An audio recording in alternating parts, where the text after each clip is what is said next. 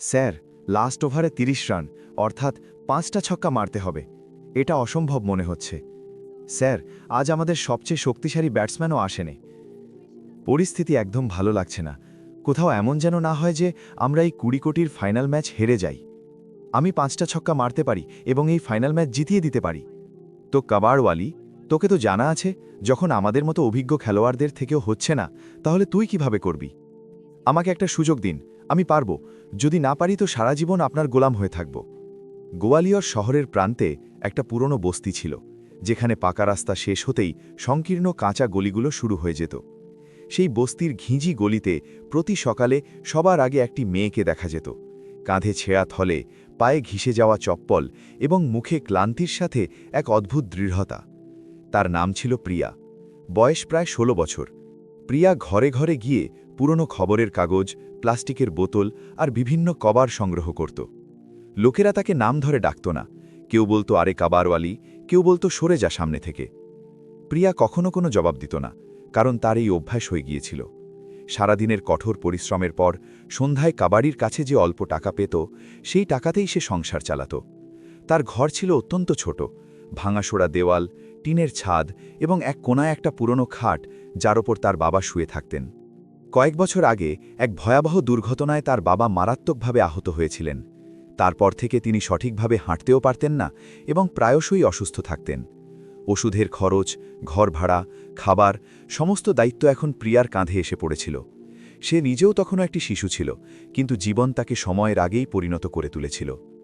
সকালবেলা সে কাবার সংগ্রহ করতে বেরিয়ে পড়ত, আর রাতে ক্লান্ত শরীরে ঘরে ফিরে বাবার জন্য ওষুধ আর খাবার তৈরি করত।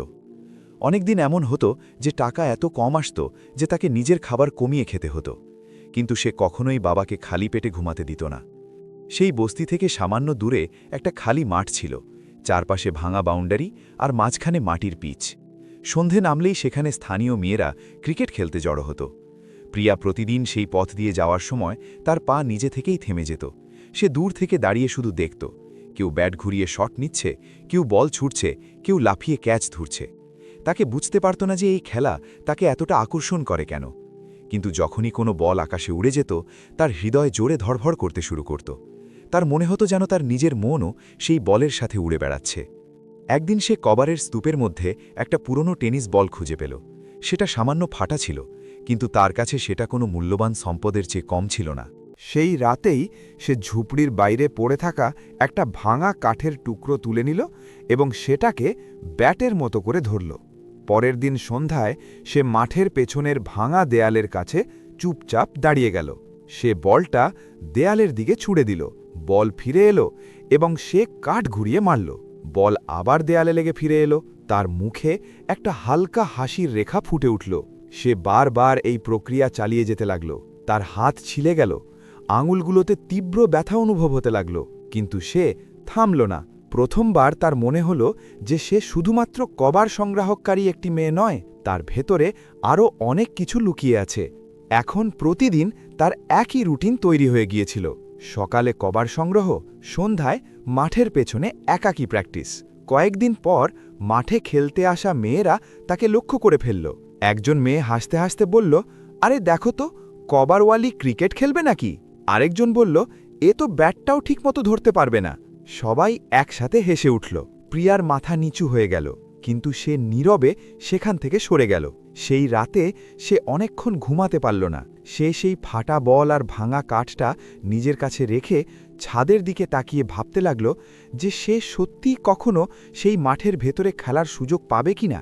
তার অসুস্থ বাবার ম্লান মুখ মনে পড়ল এবং সে মনে মনে প্রতিজ্ঞা করল যে একদিন সে এমন কিছু বড় কাজ করবে যাতে বাবার সঠিক চিকিৎসা করাতে পারে। পরের সন্ধ্যায় সে আবার মাঠের পেছনে পৌঁছে গেল এবং আগের চেয়ে আরও বেশি উৎসাহ ও পরিশ্রম নিয়ে অনুশীলন শুরু করল। এখন সে বলটাকে গভীর মনোযোগ দিয়ে লক্ষ্য করত, সঠিক মুহূর্তে কাঠ ঘুরিয়ে মারত এবং নিজেকে বারবার বলতো যে একদিন সে এই মাঠের ভেতরে খেলবে, বাইরে দাঁড়িয়ে শুধু দেখবে না। দিনগুলো কেটে যেতে লাগল। তার অনুশীলন আরও তীব্র হয়ে উঠল এবং তার ভেতরের ভয় ধীরে ধীরে মিলিয়ে যেতে লাগল।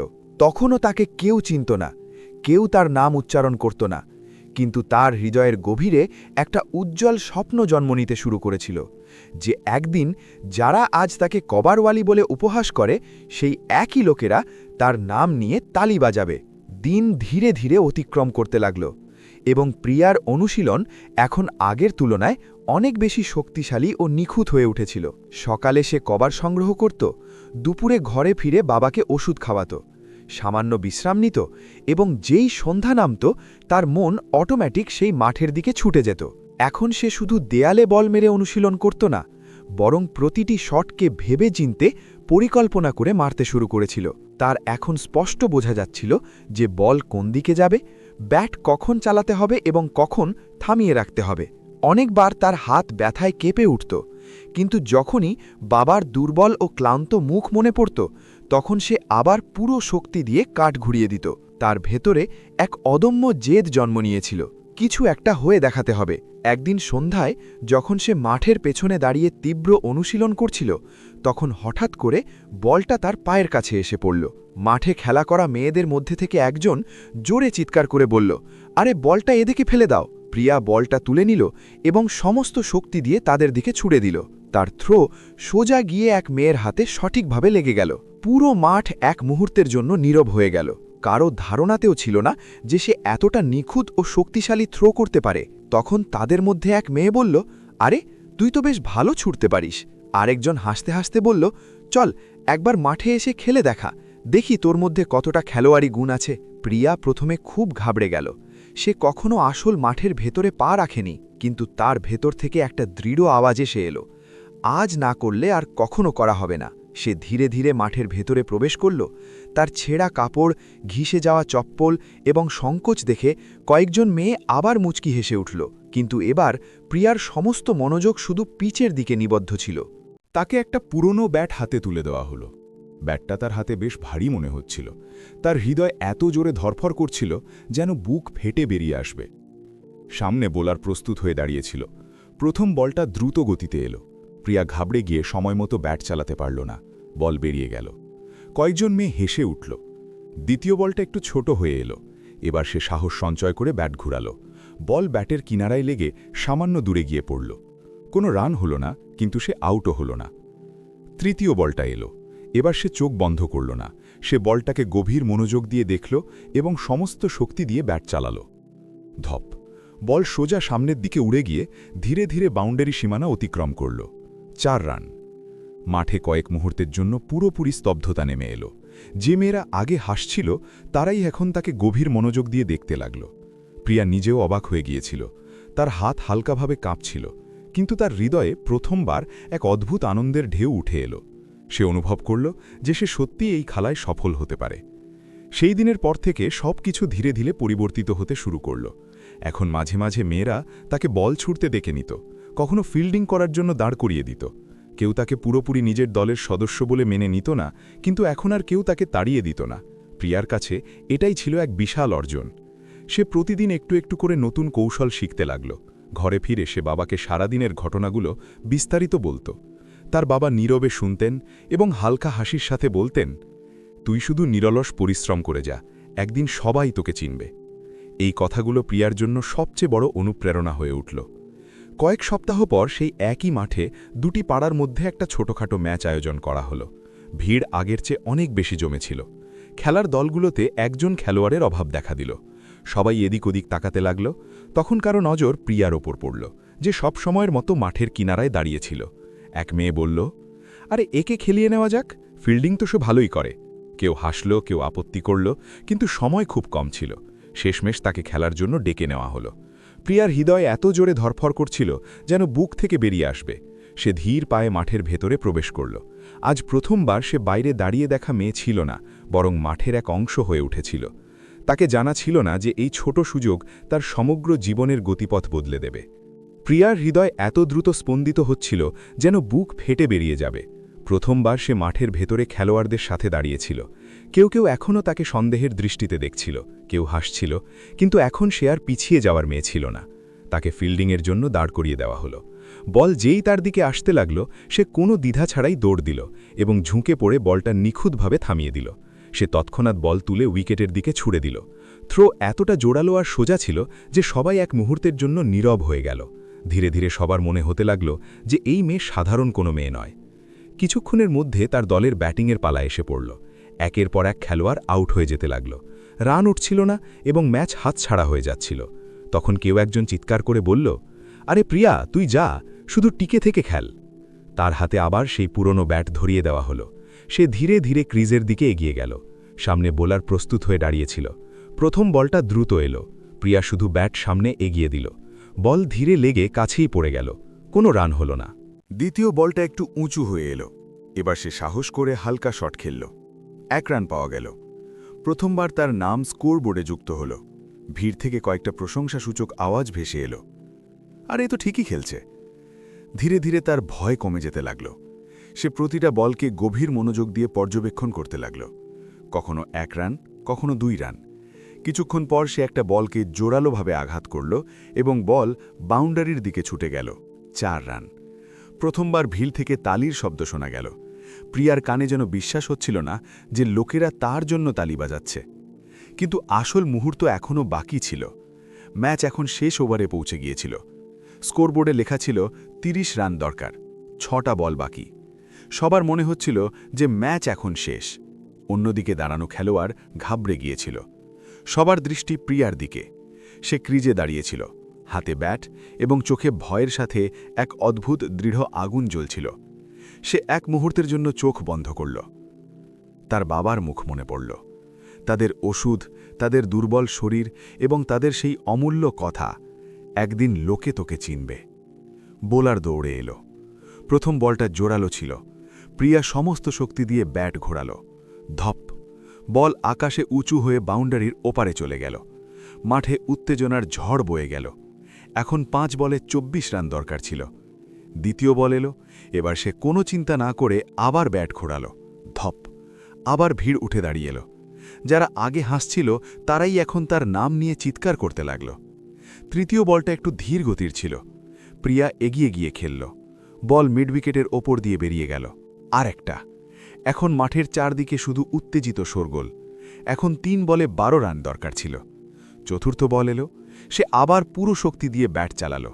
বল সোজা লং অনের ওপর দিয়ে বাউন্ডারির বাইরে চলে গেল। আবার 4। এখন 2 বলে 6 রান দরকার ছিল। বোলারের মুখে স্পষ্ট ভয় দেখা যাচ্ছিল। পঞ্চম বল এলো। প্রিয়া গভীর শ্বাস নিল এবং সমস্ত শক্তি দিয়ে শট খেলল। বল আকাশে উড়ে গেল। সবার শ্বাস যেন থেমে গেল। আর তারপর বল বাউন্ডারির ওপারে চলে গেল। 5। মাঠ তালি ও চিৎকারে গুঞ্জরিত হয়ে উঠল। এখন শেষ বল বাকি ছিল, কিন্তু ম্যাচ আগেই জয়ের দিকে চলে গিয়েছিল। প্রিয়া সেখানে পিচের উপর দাঁড়িয়ে রইল।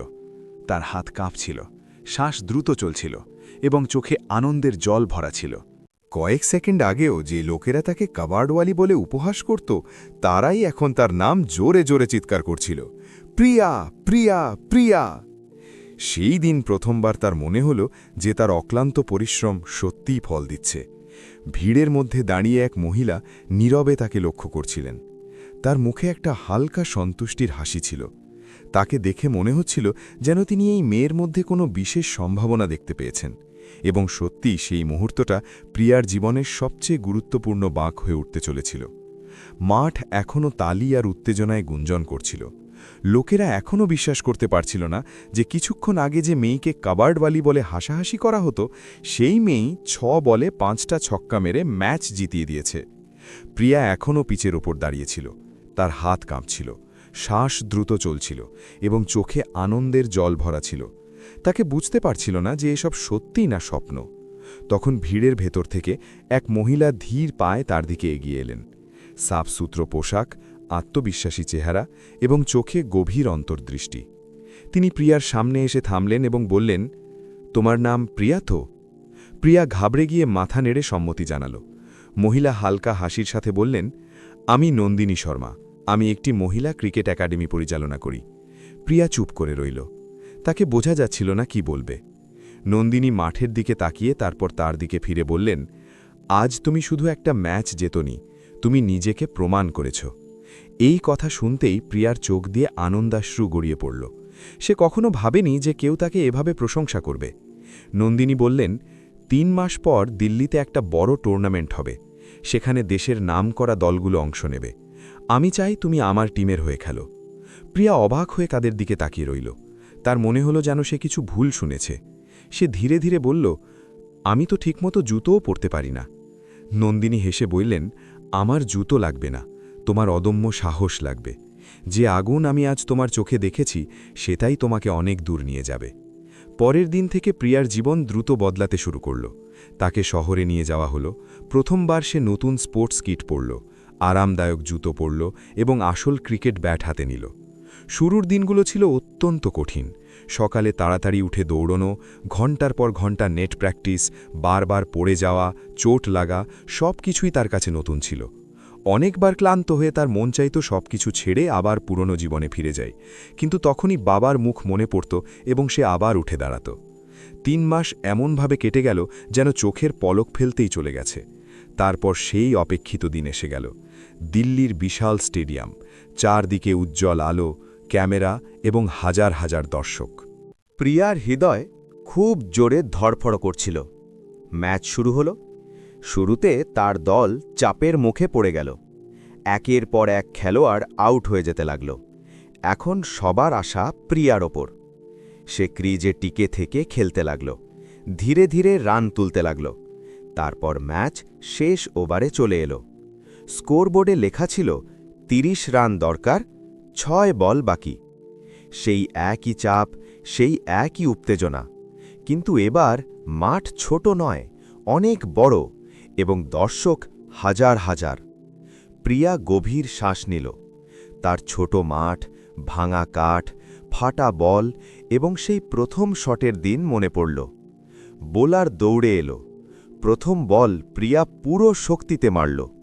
দ্বিতীয় বল আবার, তৃতীয় বল আবার। এখন পুরো স্টেডিয়াম উঠে দাঁড়িয়েছে। চতুর্থ বল 4, পঞ্চম বল 5। পুরো স্টেডিয়াম উত্তেজনায় কেঁপে উঠল।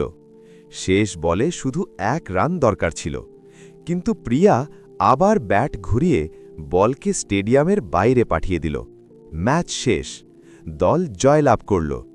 প্রিয়া পিচের উপর হাঁটু গেঁড়ে বসে পড়ল। তার চোখের জল থামছিল না। নন্দিনী দৌড়ে এসে তাকে জড়িয়ে ধরলেন। কিছুক্ষণ পর স্টেজে তাকে ডেকে নেওয়া হলো। নন্দিনী মাইক হাতে নিয়ে বললেন, এই মেয়ে শুধু একটা ম্যাচ জেতেনি, সে প্রত্যেক সেই ব্যক্তিকে জবাব দিয়েছে যারা কখনো তাকে দুর্বল ভেবেছে। তারপর তারা প্রিয়ার হাতে একটা চেক তুলে দিলেন, 1 কোটি টাকা। প্রিয়ার হাত কাঁপতে লাগল। তার চোখের সামনে বাবার মুখ ভেসে উঠল। কয়েকদিনের মধ্যে সে সবার আগে বাবার উন্নত হাসপাতালে চিকিৎসার ব্যবস্থা করল। ধীরে ধীরে তাদের শরীর সুস্থ হয়ে উঠতে লাগল। সে একটা ছোট পাকা ঘর কিনল, যেখানে এখন বৃষ্টির সময় পানি টপকায় না। কিন্তু প্রিয়া এখানেই থেমে থাকল না। সে আবার সেই পুরনো মাঠে ফিরে গেল, যেখান থেকে তার যাত্রা শুরু হয়েছিল। এখন সেখানে ছোট ছোট মেয়েরা তাকে ঘিরে দাঁড়িয়ে থাকত। কেউ ব্যাট ধরা শিখত, কেউ বল ছোড়া শিখত। একদিন একটা ছোট মেয়ে তাকে জিজ্ঞেস করল, দিদি, আমিও কি তোমার মতো হয়ে উঠতে পারব? প্রিয়া হেসে বলল, যদি তোমার হৃদয়ে অটুট সাহস থাকে তো যে কেউই পারবে। সেই দিন মাঠে আবার উত্তেজনার শোরগোল গুঞ্জরিত হচ্ছিল। কিন্তু এবার সেটা স্বপ্নের শোরগোল। আর প্রিয়া এখন শুধু একজন খেলোয়াড় নয়, সে হয়ে উঠেছে অসংখ্য মেয়ের অনুপ্রেরণা। যদি তোমার এই গল্পটা পছন্দ হয়ে থাকে তো আমাদের চ্যানেল আওয়াজ সিটি ভয়েসকে অবশ্যই লাইক এবং সাবস্ক্রাইব করো। সাথে কমেন্টে তোমার শহরের নামও অবশ্যই বলো, যাতে আমরা জানতে পারি তুমি আমাদের ভিডিও কোথা থেকে দেখছো।